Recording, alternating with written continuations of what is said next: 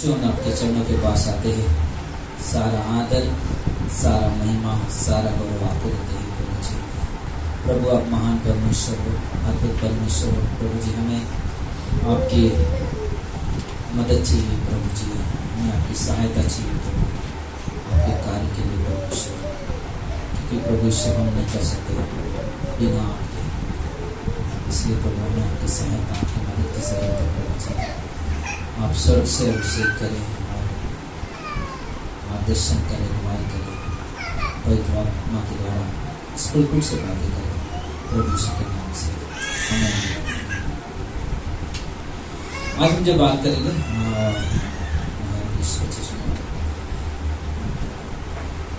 आज बहुत सारे लोग एक सवाल पूछते हैं हमेशा कि हमारे घर में सुख और शांति कैसे आएगी, या हमारे घर में बरकत कैसे आएगी। हम सब कुछ तो करते हैं लेकिन हमारे घर में आशीष दिखाई नहीं देता है, हमारे घर में बरकत दिखाई नहीं देता है। तो हम लोग बहुत कुछ सोचते हैं ना। तो हम 7 बातों के बारे में बात करेंगे, 7 चीजें। लेकिन उस शुरू करने से पहले ना जरूरी है एक विश्वासी होने के नाते, अगर हम चाहते हैं कि हमारे घर में परमेश्वर की शांति रहे, अगर हम चाहते हैं कि हम परमेश्वर के द्वारा हमारे घर में बरकत हो, सुख बना हुआ रहे, तो हमारे पास एक चीज है। लेकिन उस आगे बढ़ने से पहले में एक चीज जानते हैं हम लोग। पहले ना परिवार के पास, पहला परिवार कौन था? आदम और हवा। उनके पास पाप से पहले बहुत बड़ी शांति थी उनके पास। पाप से पहले उनके पास बहुत बड़ी शांति थी, बहुत आनंद था उनके पास। कारण क्या था? कि वो हर दिन परमेश्वर से सुनने के लिए तैयार रहते थे। क्या रहते थे? हर दिन परमेश्वर से सुनने के लिए तैयार रहते थे। और जब शाम होता था परमेश्वर आने वाले एकदम बहुत ही, मुझे लगता है कि जैसे ना सबक की तैयारी हो तो वैसे वहां पे हो ना, वो लोग पति पत्नी, हाँ प्रभु आने वाले, चलो सब रेडी रखो, बैठते हम लोग, अभी आने वाले प्रभु। और प्रभु ईश्वर आते हम लोग बैठते थे परमेश्वर उनके साथ में। परमेश्वर बैठ के क्या करते थे? बातचीत करता, वो बहुत आनंद से रहते थे। लेकिन हुआ क्या उसमें? हुआ क्या कि वो लोग इतना अच्छा जीवन जी रहे थे, लेकिन शैतान को देखा नहीं गया। अक्सर हम संसार में कहावत सुनते हैं, अरे उसकी नजर लग गई, लेकिन हमें हमारे परमेश्वर में नजर नहीं लगती है, हमारी सोच होती है। हम सुनते हैं क्या ना। वही आदम एक समय था जब हवा को जब बनाया गया, वो कहता है मेरी हड्डियों की हड्डी, मेरी मांस की मांस करता है, उसकी प्रशंसा, उसकी बड़ाई करता है। लेकिन एक समय आता है, प्लीज थोड़ा सा अपने बच्चों को थोड़ा सा कंट्रोल करेंगे ना। एक समय आता है जहां पे क्या होता है मालूम है? कि वही आदम परमेश्वर कहता है कि मैंने कुछ नहीं किया, जो मुझे तूने सहायक दिया उसने मुझे खाने को दिया। जब उसके पास पूछा क्या बोला? मैंने कुछ नहीं किया, उसने मुझे उकसाया इसलिए मैंने कर दिया। लेकिन आया कभी? ये दोष लगन आया कभी? जब उन्होंने परमेश्वर की बातों से छोड़कर उस शैतान की बातों पे ध्यान किया। उस समय उनके पास ये समस्या आने लगी और बहुत सारी ना समस्या से जूझने लगे। और परमेश्वर ने कहा तुम लोगों ने काम किया है, इसका परिणाम तुम्हें भुगतना पड़ेगा। स्त्री से कहा अब तो जिंदगी भर पीड़ाओं से अपने बच्चों को जन्मेगी। पुरुष से कहा तू बिना पसीने की कमाई कभी खाएगा नहीं, तुझे पसीना बहाना पड़ेगा, मेहनत करना पड़ेगा, तब तुझे ना सुबह और शाम की रोटी मिलेगी। और आज हम देखते हैं सारी चीजें को करते हुए ना, देखते हैं तो बोलते की जरूरत क्या है? पहली जो बात है, अगर हमारे घर में परमेश्वर की शांति का अनुभव करना चाहते हैं, हम परमेश्वर की शांति में बने रहना चाहते हैं, हम छोटे से छोटे कामों में अपने घर में बरकत और आशीष देखना चाहते हैं, तो जरूरी है कि हम संपूर्ण मन से परमेश्वर पे क्या करें मालूम है? भरोसा रखना सीखें। क्या करें? परमेश्वर पे संपूर्ण मन से भरोसा रखना सीखें। क्योंकि ये हमारे लिए जरूरी है कि भरोसा रखना ना, भरोसा रखना। क्योंकि भजन संहिता 37:4 में कहता है यहोवा को अपने सुख का मूल जान, वह तेरे मनोरथों को क्या करेगा? पूरा करेगा। अपने हर परिस्थिति में परमेश्वर को पहला स्थान देना। हाँ, परमेश्वर ये मेरी चीज है।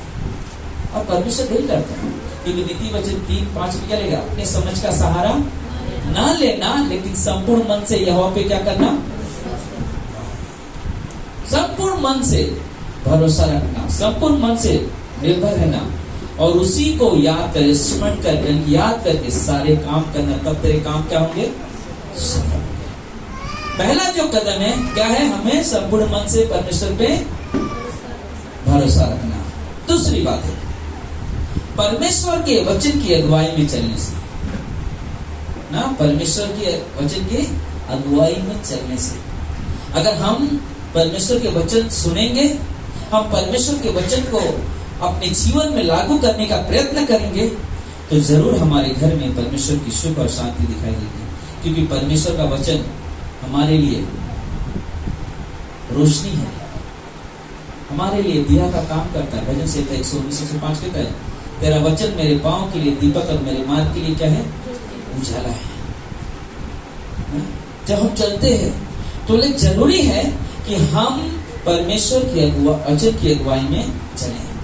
भजन संहिता 16:11 कहता है, तू मुझे जीवन का रास्ता दिखाएगा, तेरे निकट आनंद की भरपूरी है, तेरे दाहिने हाथ में सुख सर्वदा बना रहता है ना, सुख सदा बना रहता है।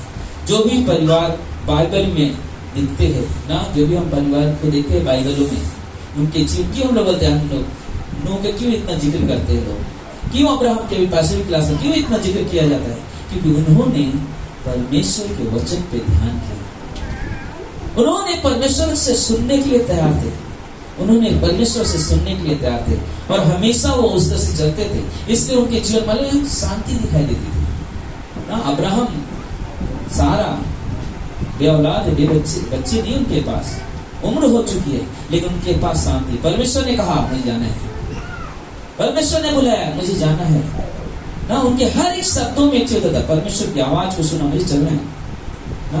नूह, उसके जीवन को देखते हैं ना, पूरी पृथ्वी पे पाप फैलते हुए चले गए, पूरा पाप से भरा हुआ पृथ्वी, लेकिन परमेश्वर की नजर कहाँ पे गई, नूह के ऊपर गई, नूह के ऊपर गई, नूह के परिवार पे गई, और परमेश्वर उनकी तरफ अपनी दृष्टि डाल गए और उन्हें वहां से बचाया। और हम आगे देखते हैं तीसरा चीज, परिवार में एकता में रहने से परमेश्वर की आशीष देखते हुए उसकी शांति को अनुभव करते हैं, एकता में रहने की। अभी हमने नूह की बात की, मालूम है परमेश्वर ने नूह को सेवा चढ़ाया, नूह को कार्य दिया, तो एक जहाज बना, उस जहाज में तेरा परिवार और सारे जानवर की जोड़ी में रहेंगे। नूह ने एक बार भी नहीं पूछा कि परमेश्वर किस लिए क्या करूंगा, इसे क्या होगा, अरे अभी तो कुछ हुआ नहीं, बारिश कभी देगा, क्या जल्दी से बने, नहीं, परमेश्वर ने कहा, सुना। उसके तीनों बेटे, उनको 3 बेटे, तीनों बेटे ने क्या किया, मतलब पिता के कामों में क्या किया, हाथ बटाया। वादा किसको दिया था, नूह को, लेकिन बच्चों ने क्या किया, उसकी मदद किया। यही नहीं, उनकी बहुएं जो थी वो भी उनके साथ दिया, वो भी उनकी मदद कर रहे, नाव बन रहे, जहाज बन रहे, उसमें सब परिवार एकता में था। इसलिए परमेश्वर ने क्या किया, उन सारी कोई भी बच्चे ये नहीं बोला कि अरे परमेश्वर तो क्या चलिए पिताजी क्या काम कर रहे, इतना उम्र हो गया मेरा, हम शादीशुदा, लेकिन हमने कभी तो देखा नहीं बारिश, आप नाव बना रहे हो, मुझे ऐसा काम नहीं करना, मेहनत कर, कभी उन्होंने नहीं कहा। लेकिन उन्होंने क्या किया मालूम है, इसे कहते हैं एक परिवार में एकता। उन्होंने पिता की बात को सुना, उन्होंने पिता की बात को सुना और उस कार्य में क्या किया, हाथ बटाया। और इसलिए उनकी पत्नियां भी क्या की, उन बातों को सुना, उसमें हाथ बटाया, और इसलिए पूरा घराना बचा लिया गया। और यही चीज है ना, यही कारण कि परमेश्वर ने उसे उसके पूरे परिवार को ना उस जहाज में सुरक्षित पहुंचाया, पूरे जहाज में सुरक्षित पहुंचाया। जब हम लोग आपस में प्रेम से रहते हैं, हम एकता में रहते हैं, मिलजुल कर रहते हैं, हर एक काम में हम परमेश्वर को देते हैं। बाइबल नहीं कहता है, जहां कहीं मेरे नाम से कोई आती ना, बोलते कि अगर ये आमोस का 3 दिन क्या कहता है, अगर कोई व्यक्ति 2 जन किसी एक बात में सहमत ना हो तो साथ साथ चल पाएंगे, नहीं चल सकते। यूनिटी, एकता जरूरत है। भजन संहिता 133:1 में क्या कहता है, क्या ही धन्य क्या ही भली बात है कि भाई लोग आपस में कैसे रहते हैं, मिलकर रहते। परमेश्वर के लोग जब आपस में मिलकर रहते हैं तो बोलते कि परमेश्वर की शांति को महसूस करते हैं, अपने परिवार में देखते हैं, उनके हर चीजों के द्वारा उनके घर में उन आशीष को देखते हैं जो स्वर्ग से उनके घर में आता है ना, घर में आता है। परमेश्वर उनके हर तरह से उनकी सहायता, उनकी मदद करते हैं। चौथी बात है माता पिता और बुजुर्गों की आदर करने से, माता पिता का आदर करने से। निर्गमन के 20 अध्याय में लिखा हुआ है 12 वचन कि अपने माता पिता का क्या करना, आदर करना। बोलते आदर करने से भी हमारे घर में क्या होता है, परमेश्वर की शांति, परमेश्वर की शांति दिखाई देती है, परमेश्वर की आशीष दिखाई देती है। क्योंकि इफिसियों के 6 अगर अध्याय हम पढ़ेंगे 1 से 3 में कहता है कि अगर जो बेटा अपने माता पिता का आदर करता है, परमेश्वर क्या करता है, उसकी उम्र को क्या करता है, बढ़ाता है।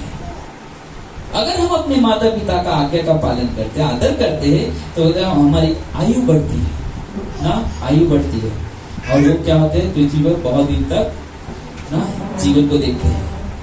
5वां चीज, घर में स्तुति आराधना के समय, घर में स्तुति आराधना। परिवार, हम विश्वासी परिवार में रहते हैं, हमारा परिवार विश्वासी है, तो हम क्या करें, आराधना करें। हम क्या करें, स्तुति करें ना, स्तुति करें, आराधना करें। अब घर में हो, कितने लोग अपने परिवार में एक साथ बैठकर हर रात को प्रार्थना करने बैठते हैं ना? करना चाहिए ना, करना चाहिए। क्योंकि एक चीज याद रखना, एक चीज याद रखना, हम जो जिएंगे, हम जो करेंगे, हमारे बच्चे वो करने वाले। हम माता पिता हैं, अगर हम वो जीवन नहीं जी रहे ना, हमारे बच्चे कभी नहीं जिएंगे, क्योंकि घर का मुखिया हम हैं। अगर हम ही अपने घर में गलत जीवन जिएंगे तो हमारे बच्चे भी गलत जीवन जिएंगे।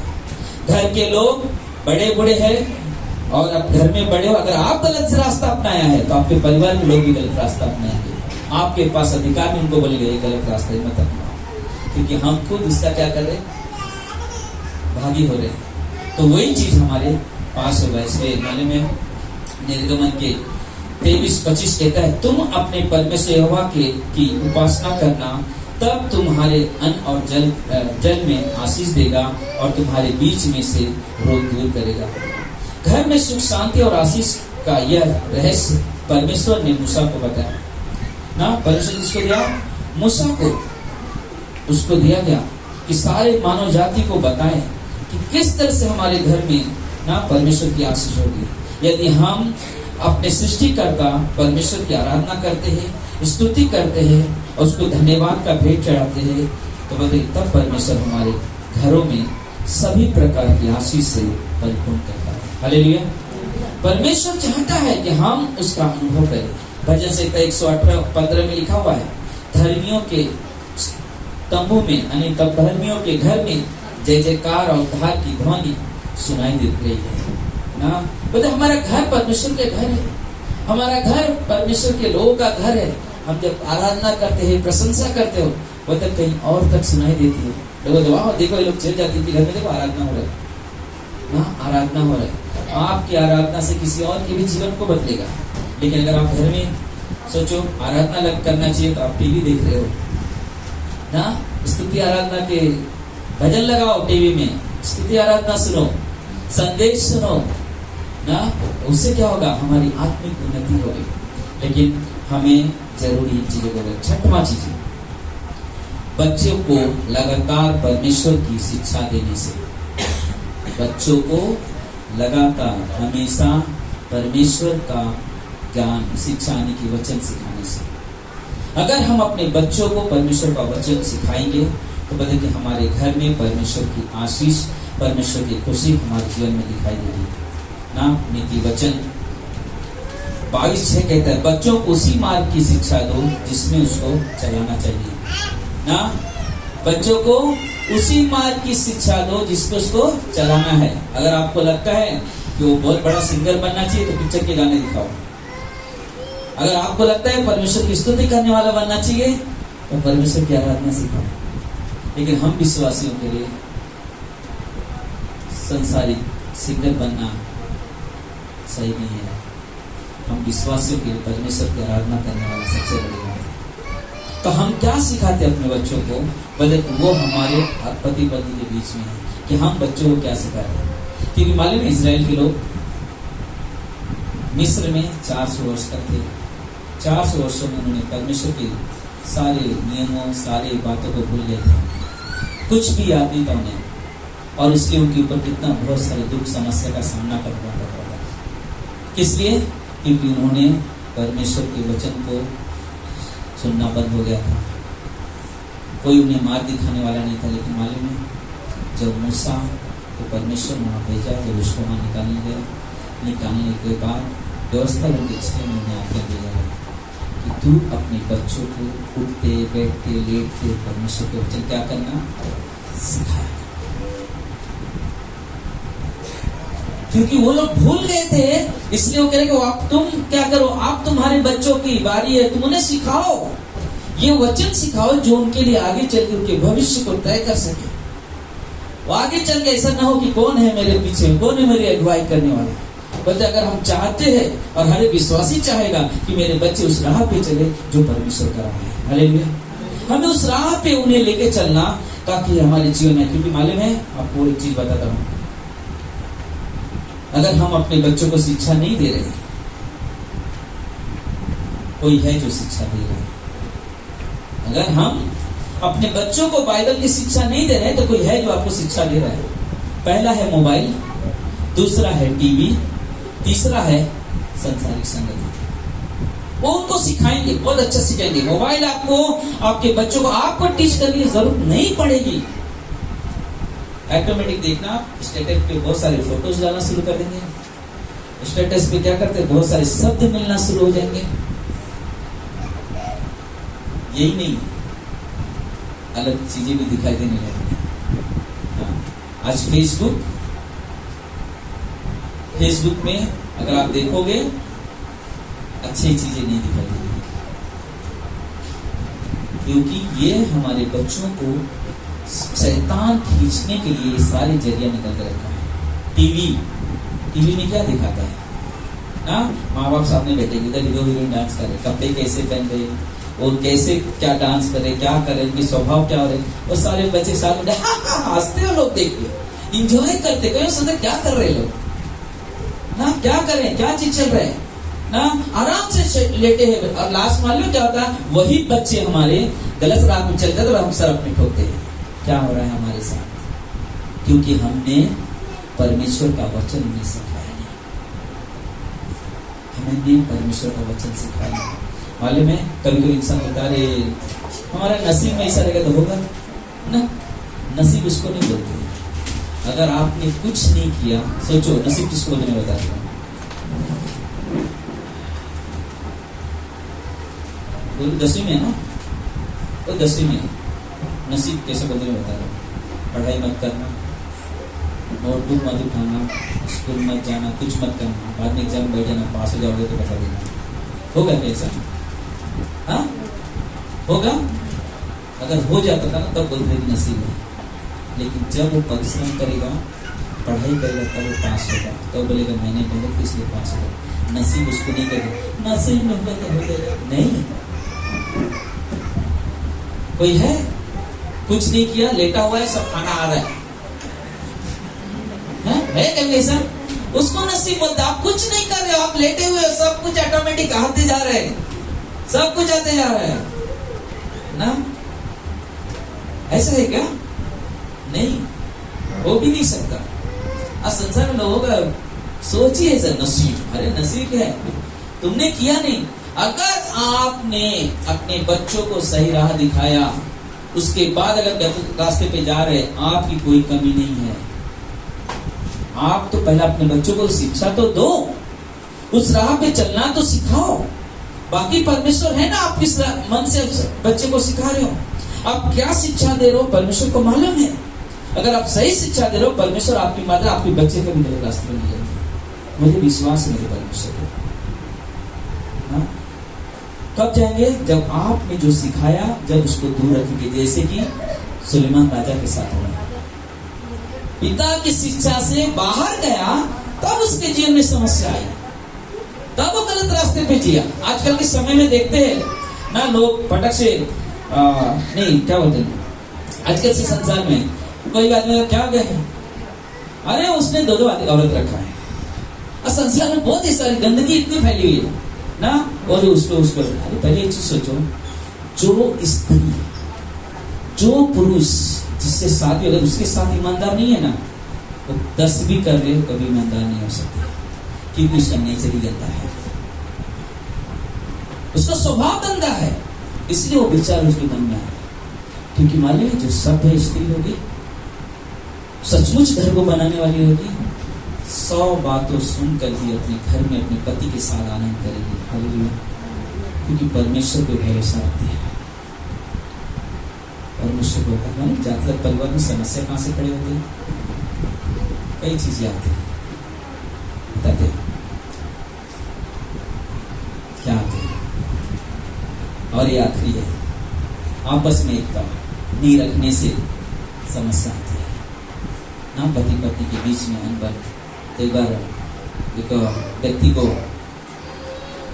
एक व्यक्ति ने एक व्यक्ति से पूछा, और बताओ कैसा चल रहा है, कैसी है आपकी पत्नी? अरे क्या बताओ यार, जब भी देखो ना, जब भी देखो अपनी माँ बाप की सुन के मेरे घर में रहती है, मेरा तो सुनती नहीं है। जब भी देखो माँ बाप के पास, जब भी देखो माँ बाप के पास। तो उसके पति को मिला, पत्नी को पूछा, अरे आपकी क्या सोच है? मैं क्या बताऊँ, कभी भी देखो तो फोन पे पड़े रहते हैं, जब भी देखो तो फोन पे पड़े रहते हैं ना। अच्छा समय मिला तो अपने माँ बाप से बात करें, हमसे तो समय मिलता ही नहीं, मर सकता समय तो मिलता ही नहीं, इसलिए क्या करते हैं, इन चीजों में व्यस्त रहते हैं। लेकिन मालूम है, सबसे पहली चीज, माँ बाप जो उनका सोच है कि वैसी बातें कर रहे हैं, पहला चीज की एक दूसरे को समझ नहीं पाए। बाइबल ऐसे कहीं नहीं सिखाता है कि अपने माँ बाप से बात मत करो, बाइबल ऐसा कहीं नहीं सिखाता है कि अपने माता पिता का आदर मत करो। लेकिन मालूम है, जब हम पति पत्नी है, हमारे में आपस में एकता होना बहुत जरूरी है।